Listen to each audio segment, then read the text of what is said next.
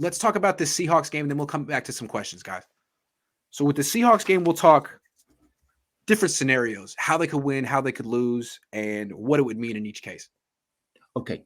Why don't you start, Iggy? Let's say, how can the Niners beat the Seahawks? Sure. Well, the Seahawks are now 1-2. Am I wrong? They're right. 1-2. And there's a reason for that. They're not good. They're not particularly good. They have a great quarterback and 2 great wide receivers. Well, their offense is pretty good, but their defense has been unspeakably bad. Unspeakably bad. Did you watch that game between them? Did you catch any of them in the Vikings? Okay.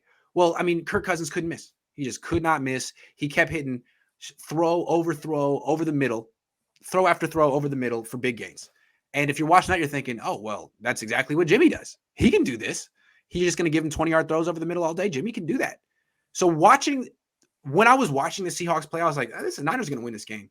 They're going to make – the Seahawks have no pass defense. They're going to make the Niners look good. They're going to make Jimmy look really good.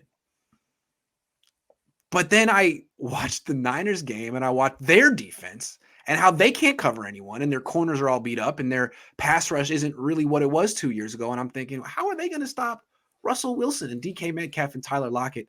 So the Niners win this game by, I guess, overwhelming Russell Wilson with their pass rush and then doing what the Vikings did to the Seahawks defense, which is those throws over the middle. That's how they win. That's how do they lose? They lose by getting no pressure on Russell Wilson, letting him wander out of the pocket like Eric Armstead tends to do. And I mean, you already know they can't cover their wide receivers. So if they can't get to Russell Wilson and he's got if he's doing his taxes behind the line of scrimmage, it's over. He's the tax collector at that point. And then, yeah, I mean, the pass rush has to be phenomenal. The Seahawks also average 5 yards a carry. The front seven has to be phenomenal. And then how do they lose? The question is, how do they lose? Okay, the pass rush doesn't show up, and Jimmy Garoppolo. Oh, how about this? Pete Carroll has faced Jimmy Garoppolo a lot of times and knows exactly what to do and has a game plan that's Jimmy Garoppolo specific. They take away the throw over the middle, dare him to throw outside deep, and he can't. That's how they lose. Okay. Yeah. I'm not going to add analysis because you're better at this than I am. I want to move on to the next question. Sure. We have talked about the Niners after 3 games and said how our perceptions changed. Yeah. And, well, yours was the same. Yours is that they're a high middle of the road team. Yes. 9-10 wins. 9-10 wins. 9-10 wins, borderline playoff. Mine was, I was bullish on them to win the division. Not so sure about that now. So it went down. Now I sort of am where Iggy is. So here, everything changes all the time in the NFL. If they beat the Seahawks, they'll be 3-1. Mm-hmm. What will your evaluation be of them if they're 3-1? I think it will be similar. I'd be impressed that they beat the Seahawks, but the Seahawks are week 2. I'm not sure the Seahawks are better than the Packers. If they're 3-1, that's always great to be 3-1. Do I think they're going to go far in the playoffs if they beat the Seahawks this weekend? I don't know if it would necessarily I take the Arizona game more seriously. I think Arizona is really a hell of a team. If the Niners beat Arizona in Arizona week 5, then I really got to reevaluate the Niners. But this game at home against the Seahawks, if they win by 3, I don't know if I look at them differently. If they win by 14, I do. That's a big statement. So I guess I know how they win a little bit, but that's a terrible answer. I'm so sorry. No, it's a good answer. If it was terrible, I'd tell you. Okay, now, here's this. What if they lose? I think it's bad if they lose. If they lose, the loser of this game is the worst team in the NFC West. It feels like it. I guess if the Niners lose 2-2, the Seahawks are 2-2, but you lost to the Seahawks. It feels like the loser of this team, hard to have confidence. You lose to the Seahawks now, and you haven't even faced the Rams and Cardinals yet. It would look bad. The first 2 real tests of the season, you lost both of them. You've lost back-to-back games. You couldn't make adjustments, improvements. It would feel bleak, I think, if they lost to the Seahawks at home. Did you know now you got to face the Seahawks in Seattle later on this season? Yeah. Okay.